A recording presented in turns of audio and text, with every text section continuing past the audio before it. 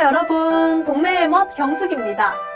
요즘 같은 어려운 시국에 다들 이 꽃놀이는 갔다 오셨나요? 아무래도 많은 아쉬움을 간직하면서 구경하지 못하셨을 텐데요. 지금 영상으로나마 현재 우리가 볼 수 있는 꽃놀이가 아닌 과거에 아주 유행했었던 추억의 꽃놀이를 보러 가보시겠습니다.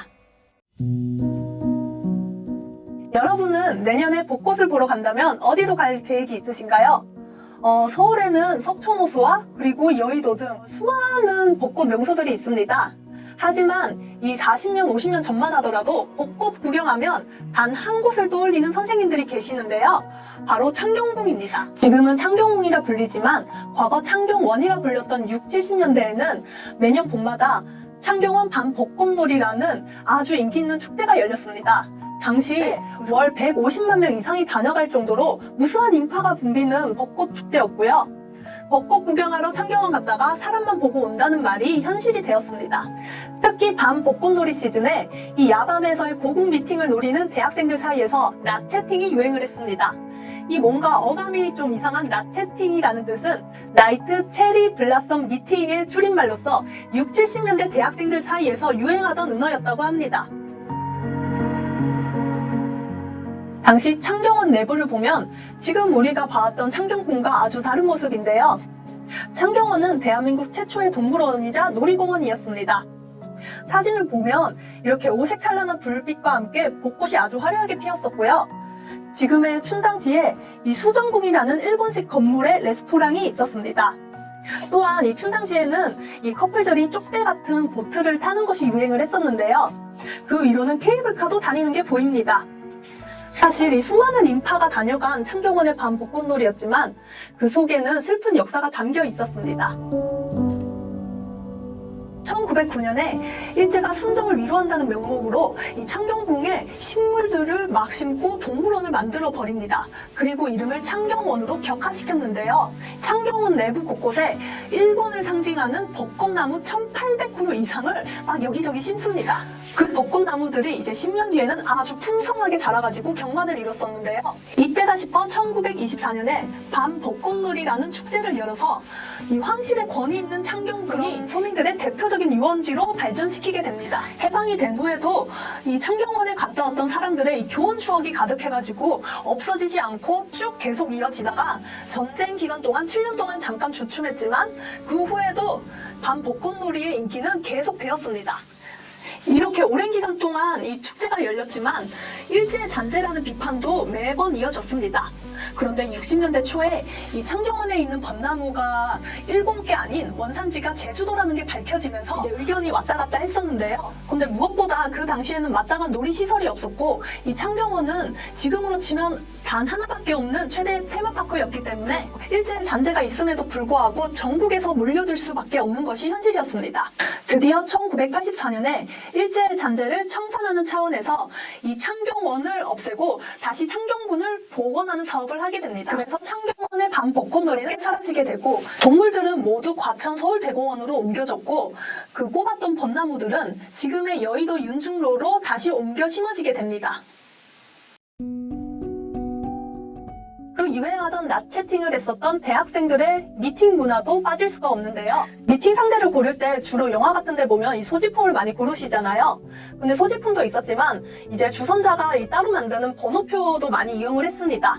미팅 비용을 낼 때 이 번호표를 받아가지고 당일날 같은 번호인 사람과 짝이 되는 경우도 있었는데요. 그렇게 해서 짝이 정해지면 이 창경원 안에서 밤 벚꽃길을 같이 거닐고 유행했었던 춘당지 안에서 보트를 타는 낭만을 즐겼었는데요. 당시 밤 벚꽃놀이 축제 기간 동안 대표적으로 꼽는 꼴불견 세 가지가 있었습니다. 첫 번째는 이제 뭐 장구나 기타를 들고 와서 막 소음을 내는 고성방가 타입이 있었고, 두 번째는 이 창경원 내에 으슥한 숲속으로 들어가서 애정 행각을 부리는 커플들의 민폐였습니다.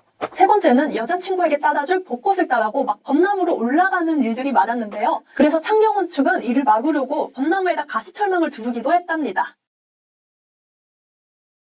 낮 채팅 같은 야외 미팅을 하는 날이면 이제 전날 밤에 소지품으로 사용할 손수건을 다리는 추억들이 있으실 텐데요. 이 영상 속의 배경이 되는 1977년도의 이 패션을 말하자면요. 그 당시 대학생들은 왼쪽 가슴에 대학교 배지를 항상 달고 다녔습니다. 이 70년대에는 이 대학을 들어가는 인원이 소수여서 이 대학생이라는 것 자체가 자부심이었고, 또한 이 배지만 달아도 이 사람들이 학생이라는 것을 알기 때문에 학생증 같은 역할을 해서 이 배지를 많이 달고 다녔는데요. 대학생들의 배지 문화는 70년대 후반까지 계속 이어졌습니다. 70년대에는 여성의 사회적 진출이 이제 늘어나게 되면서 이 유니섹스 룩이 시작이 되었는데요. 그때 당시에는 미니스커트보다 더 인기 있었던 70년대에 한 획을 끈 아이템이 있었습니다. 판탈론 바지라고, 이제 우리나라에서는 나팔바지라고도 불리던 바지였습니다. 이렇게 판탈론 팬츠 위에 캐주얼한 자켓을 같이 매치한 판탈론 슈트가 오랫동안 인기를 지속해 오다가 77년도에는 테일러드 팬츠 슈트가 유행을 시작하게 됩니다. 어깨 패드를 강조하고 바지 폭이 이제 넓은 게 아닌 점점 좁아지는 이 여성복이 점점 남성화가 되어가는 현상이 보여지게 됩니다. 또한 77년도에는 이제 니트웨어가 대중화가 되면서 이 셔츠에 편안한 니트를 곁들이고 스커트와 같이 매치해서 테일러드 슈트 대신에 외출복으로도 많이 사용이 되었습니다. 이 77년도에 히트했던 대표적 문화로는 대학 가요제가 시작했다는 건데요. 그 당시의 상황을 설명하자면 모두들 영화 이 세시봉을 보셨으면 아시겠지만 이 75년도에 유행했던 통기타 가수들 사이에서 대마초 파동이 일어나게 됩니다. 그래서 당시 수많은 대중 가요들이 금지곡이 돼버리고 이제 통기타 가수들은 활동을 못하게 되었는데요. 향후 2년 가까이 이제 들을 음악이라고는 이 트로트 음악밖에 없었던 시국에 이 대학 가요제를 시작한다는 것은 가요계에 신선한 충격으로 다가왔습니다.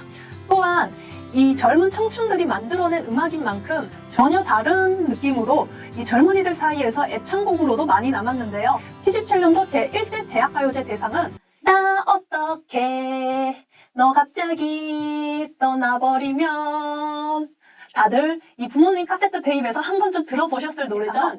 이 서울대 농대 그룹 사운드의 샌드페플즈의 나 어떡해입니다.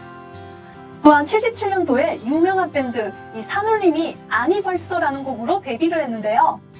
우리에게 연기자로 익숙한 김창완님, 그리고 그의 형제들로 구성된 김창완, 김창훈, 김창익 삼형제로 구성된 밴드입니다. 둘째였던 김창훈님이 원래 대학가요제 수상했었던 샌드페블즈의 5기 멤버였었는데요. 자작곡 나 어떡해를 주고 탈퇴했고 삼형제와 함께 무이라는 밴드 이름으로 대학가요제에 참여했습니다. 원래 대학가요제 예선에서는 무이가 1위였고 샌드페블즈가 2위였지만 당시 첫째 김창완님이 졸업생이라서 재학생만 참가할 수 있는 규정에 걸려 샌드페블즈가 대상을 타게 되었습니다. 나중에 나 어떡해가 산울림의 김창훈님의 자작곡이라는 게 밝혀지고 나중에 산울림 2집에 다시 실리게 됩니다. 그 후 산울림은 2008년 막내 김창희님이 불의의 사고로 세상을 떠나게 되면서 해체되었습니다. 이 77년도에 창경원 밤 벚꽃놀이 영상을 통해서 당시의 대학생 문화, 패션, 그리고 창경궁의 옛 모습을 함께 보았습니다.